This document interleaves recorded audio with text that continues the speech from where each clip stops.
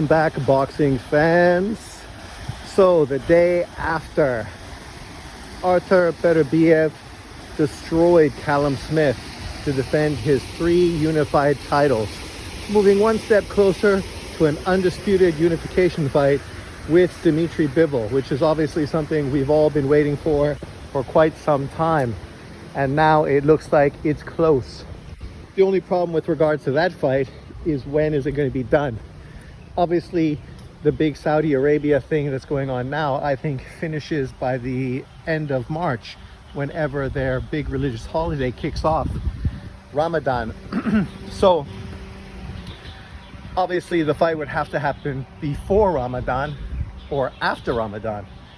But considering the circumstances, we know that Saudi Arabia gets super hot in the summer, and it's not much of a tourist destination at that time.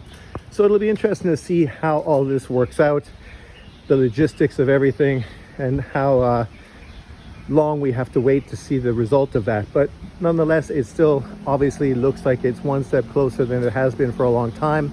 I know one question people bring up often is Suleiman and the WBC going to sanction the fight for undisputed? And at this point, I think most of us boxing fans feel, who gives a shit? Suleiman and these sanctioning bodies are a cancer to the sport of boxing. So why would we necessarily wait for them to do something for us? They never have, they never will. The reality of the situation is, just like Teofimo Lopez was undisputed after beating Lomachenko, Beterbiev or Bivol are also going to be undisputed when they fight, and whoever ends up being the winner of that fight, regardless of what the titles and the heads of those commissions have to say. Us as boxing fans should be smart enough to recognize the real fighter, the real undisputed, the real champion at that weight division. So moving forward, that's pretty much going to be my stance on that. I don't really give a fuck what those guys have to say, because all they do is get in the way, create problems, create hurdles, and obviously make boxing that much more difficult to be a fan of. The one thing that I can say with regards to this victory Beterbiev just had against Callum Smith, a fighter that I really did think would give him a good test. He's a physically big fighter, very long, got some power. You could see him trying to time Beterbiev with that real short, fast left hook on the inside. And a few times he was pretty close. Wasn't able to actually be effective enough to land it, but you could see that that's what he was planning, and that was his thinking during those close inside sort of scraps between the two of them. After watching that fight and seeing how effective Beterbiev was out jabbing the much taller, longer fighter, how effective he was at showing good patience, not jumping in and putting himself in a position that was dangerous, but being defensively sound against a hard punching, much bigger fighter, I definitely come away with it a lot more confident that Beterbiev ultimately will beat Dmitry Bivol. And this isn't to downgrade or dismiss Bivol. Bivol is obviously a great fighter. We've seen him basically go out there and school Canelo Alvarez and beat him convincingly by unanimous decision. But in my opinion, and this is only my opinion, I do think that Beterbiev is a much better all-around fighter, boxer, and obviously a harder puncher, physically taller and longer than Canelo Alvarez. And putting all of these things into place, it definitely gives me confidence to think that he's going to be far more effective than Canelo Alvarez. He also, unlike Canelo Alvarez, has a much higher punch output. He's not such a sparse fighter like a Wilder or a Tank Davis or a Canelo, who, you know, they're lucky if they throw 30 punches a round. Beterbiev is not like that. He's consistently throwing shots. He never gets tired. He is ultimately the Terminator, the Russian version. And I do think his punch output, his effective jab, the way he's able to just touch and touch people and effectively break them down because of that. The fact that he's able to touch guys consistently, taking them out of their rhythm, taking them out of their game plan. Ultimately, I think this is going to be too much for Bivol. I do see that Bivol early on in the fight may be winning on the cards, may be taking some rounds because of his effective footwork and his jab and his slickness. But ultimately, I think when all said and done, Beterbiev is going to walk away the undisputed, unified light heavyweight champion. And it's been a long time in coming, but it's also been a long time since we've had an undisputed light heavyweight. Obviously, at one time we wanted to see Adonis Stevenson face Kovalev for that, and then we wanted to see Andre Ward face Adonis Stevenson for that. And both of those times we were unable to get either one of those two fights because of the politics of boxing. Luckily, because of the Saudi Arabians, their deep pockets and their willingness to make fights, it does seem that this fight is a certainty, and that is great news. As a boxing fan, I'm excited. This is definitely one of the most anticipated fights of 2024. Not the most anticipated, but definitely one of the most anticipated fights of the year. And I'll be really curious to see who is able to win. I know a lot of people that love slick boxers. They will probably be more prone to go for Bivol, because historically boxers beat boxer punchers, and you can definitely say that Beterbiev is a boxer puncher. But Beterbiev has shown the ability to adjust his game based on the opponent ahead of him.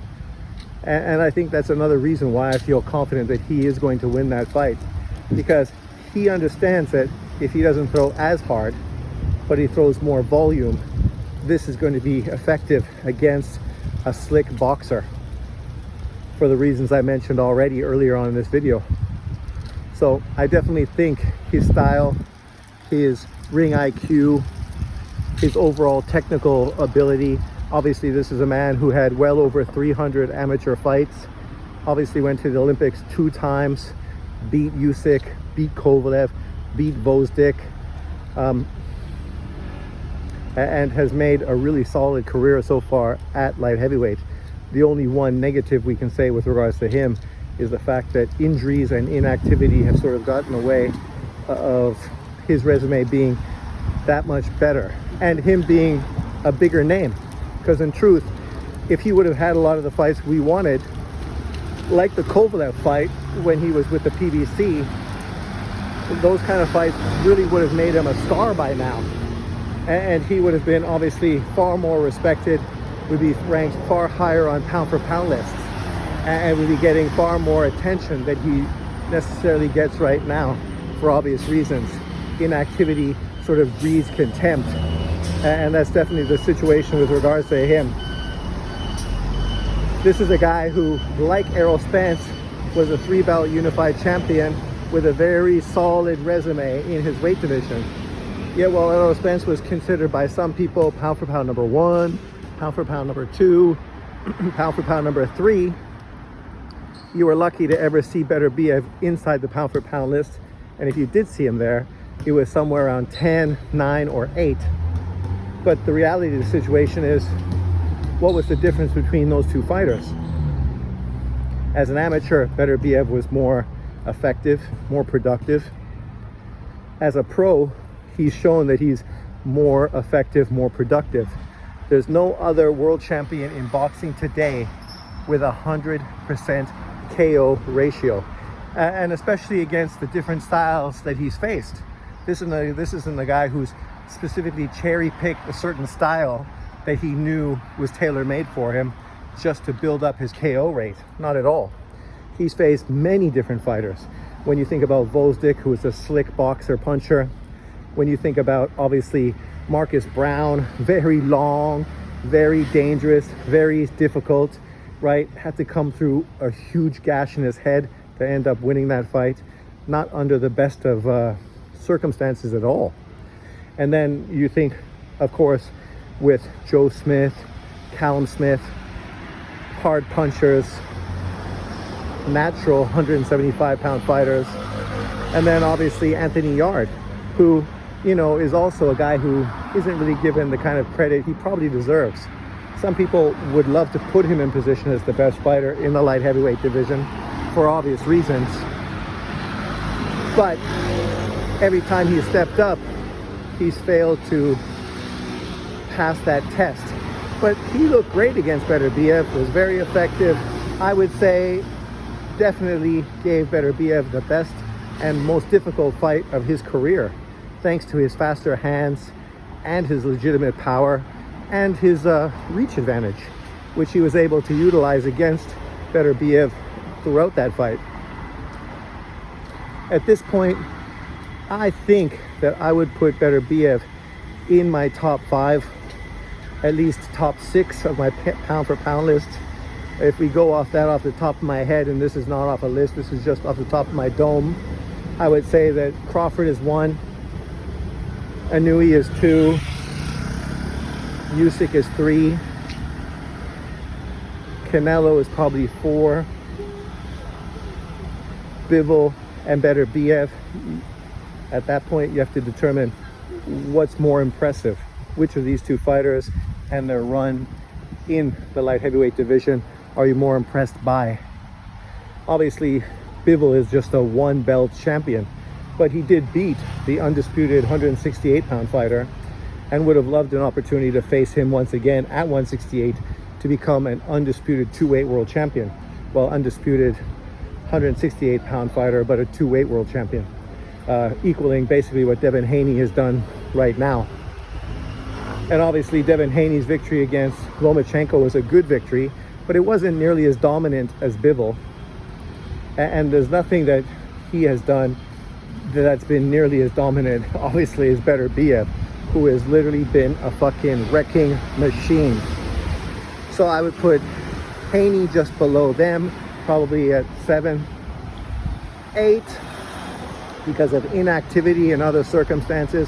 It's hard to put a guy like Estrada where he really deserves. Ken Shiro is obviously a guy that people are not really familiar with. Ioka has had a few performances that didn't look great, specifically one against Bam's brother, who many people felt beat him in that fight. Obviously he came back and redeemed himself in the rematch, but because of those reasons I find it hard to put him on the top 10 list. Shakur Stevenson has historically been rated on my list, but because of his poor performance against De Los Santos, it's hard to put him on the list as well. So at 8, 9, and 10, it's kind of a pick-em. There's quite a few good fighters, but they all have holes or issues that obviously stop them from easily being put on a pound-for-pound list. Even at Bam Rodriguez, obviously he had a fantastic victory this year, or last year, 2023, beating Sonny Edwards to become a unified champion in his second weight division. Well, unified in one, but a 2-weight champion. Nakatani moved up, became a 2-weight champion, now moved up to his 3rd weight. Obviously is probably going to become a 3-weight world champion in his next fight, but yet the level of opposition he's faced hasn't been at the highest where you could really give him a lot of praise, because people don't really know a lot of the people he faced.